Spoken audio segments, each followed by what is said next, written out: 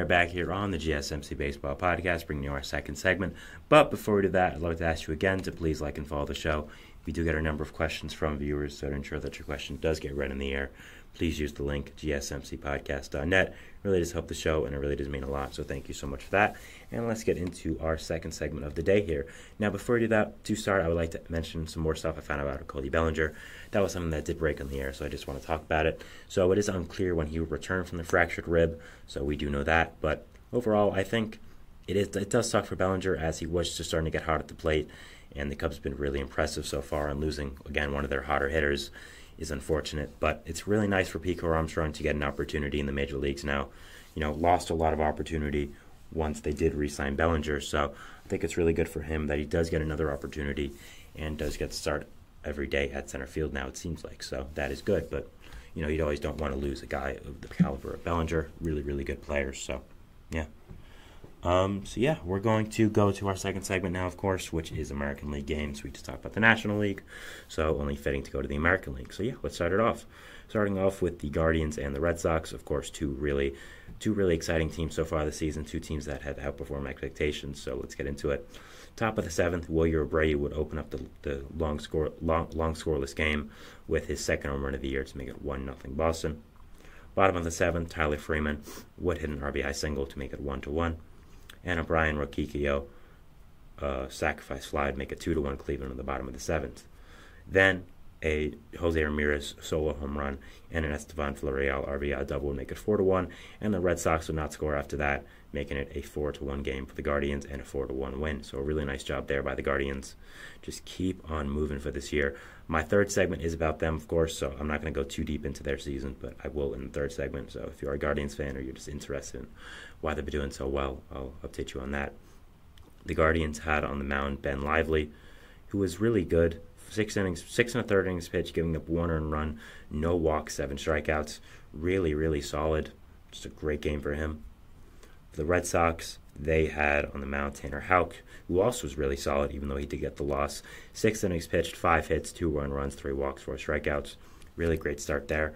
Offense just let him down, kind of got deGrommed, quote unquote. When you pitch a great start and your offense doesn't do anything for you. So unfortunate there, but still a really good start by him, and nice job trying to stake his claim as part of the future of the Red Sox rotation. Next game we have is Tigers and Rays.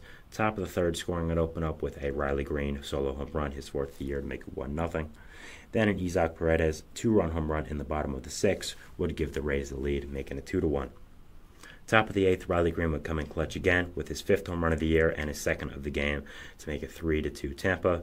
And then a Mark Cannish solo shot would make it 4-2 Detroit, and they would end up winning the game. I think I said Tampa before. I meant to say 3-2 Detroit. Obviously, Riley Green is on the Tigers, so 4-2 Detroit, and they would end up winning that game. So a really nice job by Riley Green and Mark Canna, two of the better outfielders coming in clutch.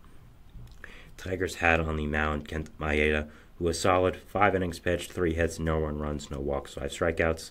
Has had a pretty rough start to the season as a Tiger so far. Hopefully he can, get it back up and get back to the Kent Maeda we all know of. So hopefully this start was a step in the right direction.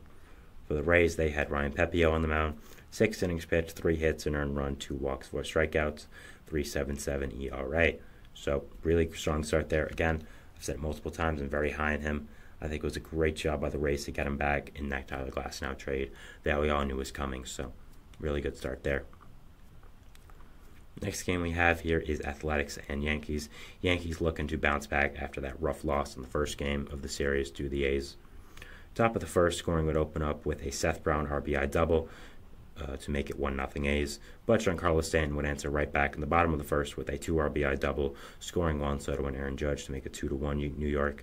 Then an Anthony Rizzo 2-run home run to make it 4-1 New York. Really great job by Rizzo there. Has been struggling very publicly so far.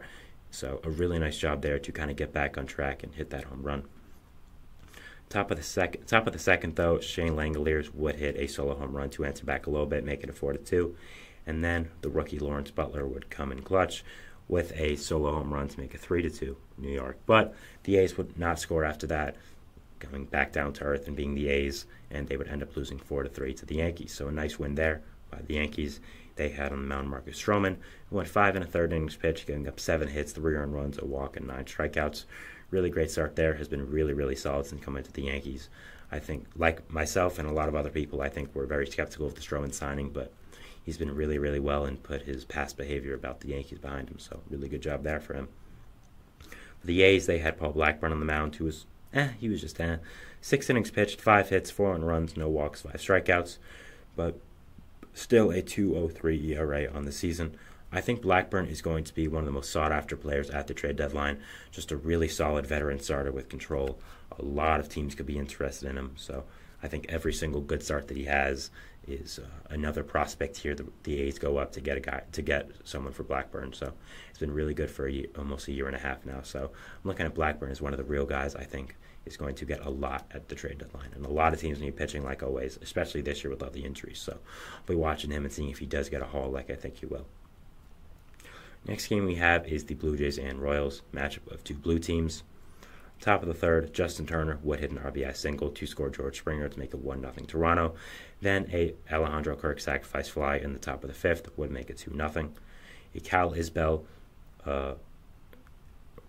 sorry, I framed that wrong. Kyle Isbell would reach on an error to make it 2-1, and then a Bobby Witt Jr. RBI double would make it 3-2 Kansas City, and they would end up winning that game kind of rather quickly. I mean, Blue Jays scored, Royals came right back, and then the game would end. So no scoring after the fifth. So kind of an interesting game there, but good to win by the Royals. Keep going on this really great season they've had so far. They had on the mound Michael Wacha, who was okay, only 4 1/3 innings pitched, 8 hits, 2 earned runs, 3 walks, 4 strikeouts. Kind of interesting that it didn't go that deep into the game. I'm not sure if there's a medical issue there or just the Royals wanted to pull him quickly. So I'll look into that quickly, and I'll see if that is a thing. But I don't think so. It seems like they just wanted to pull him. Probably a situation where he did get pulled that early. So hoping there's nothing there. But just looks like they pulled him early for once. The Blue Jays had on the mound Kevin Gausman. He went 6 2/3 innings pitched, 7 hits, 3 runs, none earned, 1 walk, and 2 strikeouts. So the errors for the Blue Jays really killed him. But for himself, just 6 innings pitched, no 1 runs against this nice Royals offense. Good start for him, and continuing to be the ace that we know of. Again, had a rough start to the season coming back from that injury, but overall I think has been really, really good. So, yeah, good job there, and good start for him. Next game we have on the agenda here is going to be White Sox and Twins, a battle of AL Central teams, of course. Bottom of the first, Max Kepler would open up the scoring for the Twins with a RBI single to make it 1-0. Then Eloy Jimenez would answer back with a 3-run home run, his second of the year, to make it 3-1. Chicago, of course, I just said that. But, I mean, really nice job by Jimenez there. Has really been struggling this year. So good hit there and good home run to come in clutch for the White Sox. Bottom of the seventh, Carlos Santana would get the Twins within a run with a RBI double to make it 3-2. And then the White Sox would get some more insurance runs, though, with a Andrew Benintendi RBI single to make it 5-2 Chicago. A Trevor Larnach 2-run home run would make it 5-4, and then the big blow would come in the bottom of the ninth with a Byron Buxton solo home run to tie up the game at 5-5 for the Twins. And then an Alex Kirilloff RBI single would win the game for the Twins, making it 6-5, walking it off for them. So really, really nice win for the Twins there. With all the bad vibes they've had to start the season, I think a walk-off like this and a comeback like that can really ignite your team and really make you do well in the future. So watching that, a great job there. The Twins had on the mound Pablo Lopez, who was decent. 4 innings pitched, 4 hits, 3 earned runs, 2 walks, 6 strikeouts. Definitely not what you want, but not horrible as well. So I think against an offense like the White Sox, you need to be better. But I think I'm pretty confident in Lopez becoming better for the season. The White Sox had on the mound Eric Fetty. He went 6 innings pitched, giving up 3 hits, an earned run, no walks, and 11 strikeouts. A great start for him. Has been really, really great since coming over to the U.S. again and going to the White Sox. I thought he was one of the most underrated. Players in baseball after coming over from that contract. I thought that contract was really, really good. Was a very undervalued free agent. So being proven right so far, which is pretty nice. And yeah, I loved that contract. I really did. Next game we have is Mariners and Rangers. Top of the first, the scoring would open up with Cal Raleigh 6th home run of the year to make it 2-0. Then on the top of the third, Julio Rodriguez would finally hit his first home run of the year. Has really been struggling so far, but getting that first home run on the board is nice. Takes a lot of stress off your back, and now you can just go play baseball, not having to worry about it. He was one of several players to not have a home run of the year, and he kind of stuck out like a sore thumb on that list. He's really the only big star there, so a really great job by there to again get that home run on the board, kind of erase that from his brain, and just get back to playing baseball now. Okay, that's done. I can go back to being myself. So, nice win by the Mariners here. Pitching really kept the dangerous Rangers offense in track. Logan Gilbert was phenomenal. 6 2/3 innings pitched, 2 hits, no 1 runs, 4 walks, 6 strikeouts. Has really been great to start the season so far. Really has been impressive. For the Rangers, they had Dane Dunning. He went 4 1/3 innings pitched, giving up 4 hits, 4 runs, 3 walks, 7 strikeouts. Just okay. I think you need him to do better, but not horrible. The final game we have for the American League slate of yesterday is going to be Orioles and Angels. Scoring would open up in the top of the first with a Mike Trout leadoff home run, his 9th of the year, to make it 1-0. Then a Luis Rengifo RBI double and a Zach Neto RBI single in the bottom of the second would get the Angels out to an early 3-0 lead.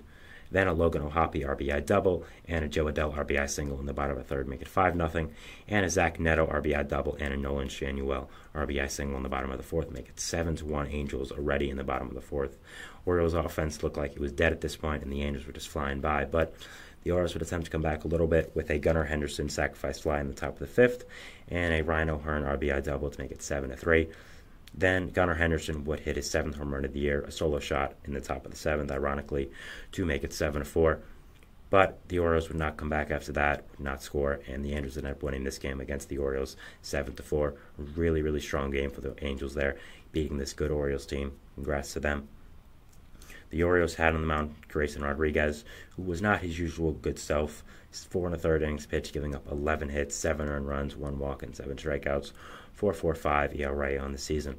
Not really what you want. For the Angels, they had on the mound Griffin Canning. He went 5 innings pitched, 5 hits, 3 earned runs, 2 walks, 4 strikeouts, 7.6 ERA on the season. Not great, an okay start, but still not a great overall season for him. So definitely not what you want, but not horrible anyways. So yeah. Those are the games from yesterday, both the American League and the National League. Both have been recapped now. So yeah, that is it. We'll be going into our third segment, which is talking about the Guardians and their impressive start to the season. They are currently the best team in the league somehow, so we'll just be talking about that. Do I think it's sustainable? My overall thoughts on it, all that. So yeah, we'll talk about that. But first, we'll see you after the break. So thanks and bye.